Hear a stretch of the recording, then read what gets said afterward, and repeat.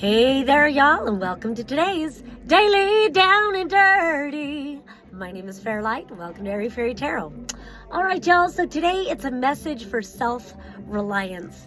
We start out with the Fool card, brand new journey, brand new, and really I want to say that you are turning a corner in your own vibrational frequency, your own expression. Seems that we have released a lot, truly in this process of turning a corner, but it's like getting enough around the corner that you feel this fresh beginning. It's more about the new beginning and not so much about what is ending. And so I love the Fool card. I love this Fool card. She's falling back into this flower of life, this pool of life, starting something all over again. I love that it's the zero again. It's the great womb, the great mother. It's the realm of all potentialities, possibilities. You don't know what perils lie in store or what adventures or what rewards. You just know that you must go. And so on either side of this, we've got the Six of Pentacles reversed, and we've got the Three of Pentacles upright. And so with this one, this is where I really get this feeling of turning a corner. It's Six of Pentacles reversed. There's something about Five of Pentacles energy implied. That's where it feels like there's this turning the corner where maybe you've stripped some things down. Maybe you've been through a lot. I know this past year has been fucking insane, and especially this last part of this last year has been insane for a lot of people. But again, it's like shedding an old skin. It's shedding the old stories. It's shedding the projections that others have put on you, or even past, decisions that you made, no longer defining you. You get to take the wisdom from what you learned. That saying, good judgment comes from experience. Experience comes from poor judgment. And so while there may be those in your life who feel that they hold some sort of power over you, if they can pin you down to what happened, 5 or 10 years ago, and not allowing your growth, but recognizing that you're not obligated to hold yourself in places where others prefer to see you. You're allowed to see yourself as you truly are, with the growth that your soul has received. And so in that, there's something, even though Six of Pentacles can feel like a lack of generosity or something, again, it feels more like turning a corner to where you become more self-reliant. You're not dependent on the generosity of others, as far as not just monetary gifts or whatever, but it's not deeper than that. It's more about you're not reliant upon the approval of others. If they want to see you for how far you've come, then that's wonderful, that they are on the path. If they refuse to see you for all the growth that you have experienced, then, too bad for them, because they're missing out on the present version of who you are, and you are not dependent on others' approval or acceptance. And so then we come to this Three of Pentacles, and this is like, again, part of that self-reliance. It feels like over and over again you're being redirected to discovering your purpose and living your purpose, really aligning to the truth of who you are. And there's such a feeling of authenticity in the work that you choose to do in your life. And of course, this can be about actual going to work, this can be about a career, or it can be about your life's work. Like maybe showing up to your job is the least important thing in your life. Maybe it's what you do after the work you do. Maybe spending time in nature, planting seeds in your garden, whatever it is. And it definitely can be about the work that you do as far as career or whatever. I like to look at the Three of Pentacles as my starving artist card, because, even if your passion is medicine or accounting or whatever it is, it doesn't have to be music or painting or writing, but I like to call it the starving artist card, because we have met those people who just could not conform to the expectations, the acceptance and the approval of others, because they have such a strong connection to their soul's purpose. They have such a vision for themselves. And so we've known those artists and musicians where others would say, well, why don't you just get a job so you can, eat? And the artist says, Believe me, if I were like you, I would.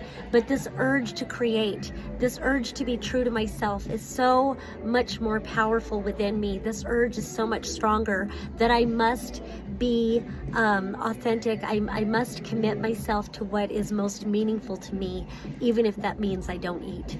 And often enough, when you commit yourself to what is most true for you, when you're really committed to your truth and who you are, so often you do find success, or you at least find opportunities to start over again, more aligned to who you truly are. So above this Fool card, we've got the 10 of Swords and the 7 of Cups.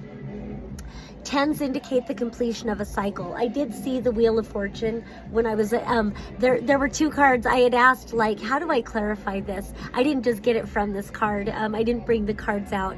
But first it had showed me the Wheel of Fortune upright, and then it showed me the 5 of Pentacles upright. And so again, it really feels like turning a corner in the way that you perceive yourself and not relying on the approval or the generosity of others. So then above that, we have this 10 of Swords. Again, 10s indicate the completion of a cycle. Swords energy, it's communication. It's the words we speak, the thoughts we think, the beliefs we operate our lives on, the messages we both give to others as well as receive from others, and ultimately it's the truth that we live our lives according to. And so with this 10 of Swords, it really feels like needing to walk away from anything that represents not honoring your truth, not honoring your value. And there's something with the 7 of Cups here. And really, I want to come over to these other cards here, because then you've got the 9 of Pentacles upright with the Queen of Cups reversed. And I feel like these kind of want to be read in tandem with each other. With this 7 of Cups, it represents emotions, and with this 10 of Swords, it can represent thoughts. And so sometimes we can open up some emotions that really lead us into identifying with a story. And we can get taken over with the thoughts and the feelings that come with that story. So it's kind of like unpacking trauma, or unpacking, unresolved situations with other people, or just unresolved trauma in your own life, whatever it is. And so really it feels like this whole reading is saying, in this self-reliance, there's something about the word pivoting, P-I-V-O-T, I don't know why I like to spell, but pivoting. So it's like you can tune in to a thought that is no longer serving you. You can tune into a feeling, an emotion, or whatever it is. But there is something about allowing it. You don't want to suppress it anymore. We're not healing when we repress and suppress what we're feeling. And so it's like we uncover it and we allow it to reveal itself to us. But then we don't have to get taken over by it. We don't have to identify it to where it becomes the story. And now our whole present moment is about whatever thoughts and emotions were unleashed by what got overturned.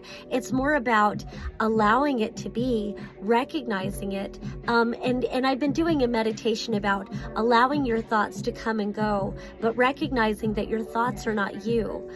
You are something outside of it. You become the observer, where you can allow the thoughts to come and go, just like, watching people in a park has been the meditation I've been doing. And it doesn't have to, you don't have to take it home with you. You can just allow it to move on by, where you come into your moment. And so there is something about this 10 of Swords, about releasing all of this identification with these things, because anything can come into mind, an old picture, and it can surface thoughts of nostalgia where you wish that it wasn't gone, or it can surface trauma where it's like, oh my God, I've been, so traumatized in life. All of these are valid. The joys and the sorrows, it's all valid, but you can allow yourself to process it and be done with it, and allow it to leave, allow it to pass, and then you come back to this present moment. And so then we've got this 9 of Pentacles upright and this Queen of Cups reversed. I think it's more of that sometimes in our process, and also in doing meditations, in investing in yourself, in cultivating a garden where you're planting new roots and cultivating new seeds for yourself, new avenues, new timelines of abundance and joy and liberation, living authentically, living in sovereignty.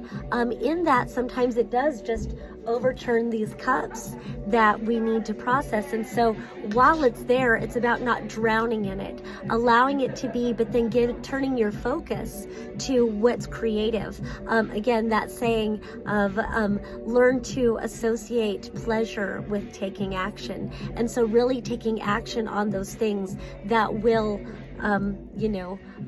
come to fruition in pleasure for you, hopefully. So that's all I have for today. It's about self-reliance. Once again, my name is Fairlight. Thank you so much for watching. Peace and love until next time.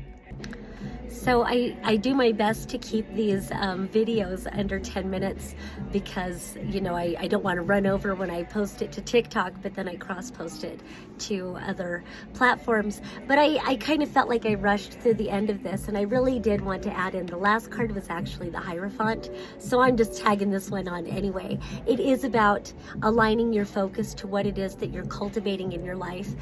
This right here really reminds me of the secret of change, that Socrates quote. The secret of change is to focus all of your attention, not on fighting the old, but on building the new. And so it's about cultivating the new.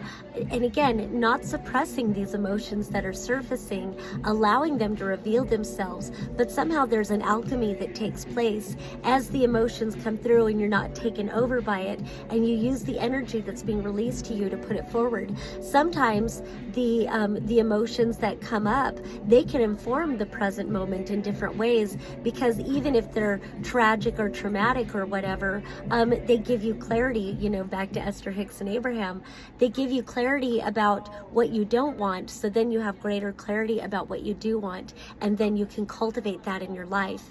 And then we end with the Hierophant, and I love the definition of the Hierophant that says, a Hierophant is a person who translates the sacred mysteries. And I always want to say it twice.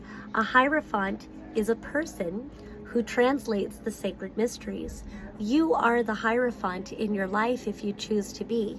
And so as you're identifying the different emotions that come up and the thoughts that accompany it and the stories and all of that, and then recognize that these thoughts, they don't represent the now version of you, and so you can let them pass and not be so identified with them, but they can give you clarity about what you are cultivating now, what you are energizing now, what you're invested in now. And so that clarifies greater understanding.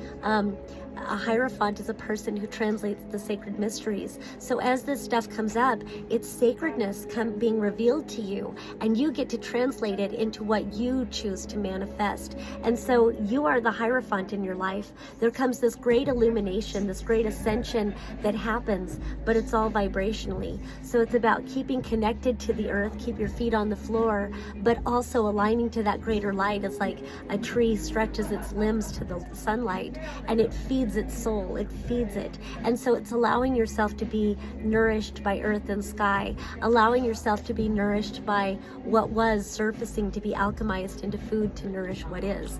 And then you cultivate it towards what is coming to greater and greater fruition. So thank you for letting me add that on. Once again, I'm Fairlight. Peace and love, and a happy Merry Christmas, happy holidays to all of you. Until next time, bye.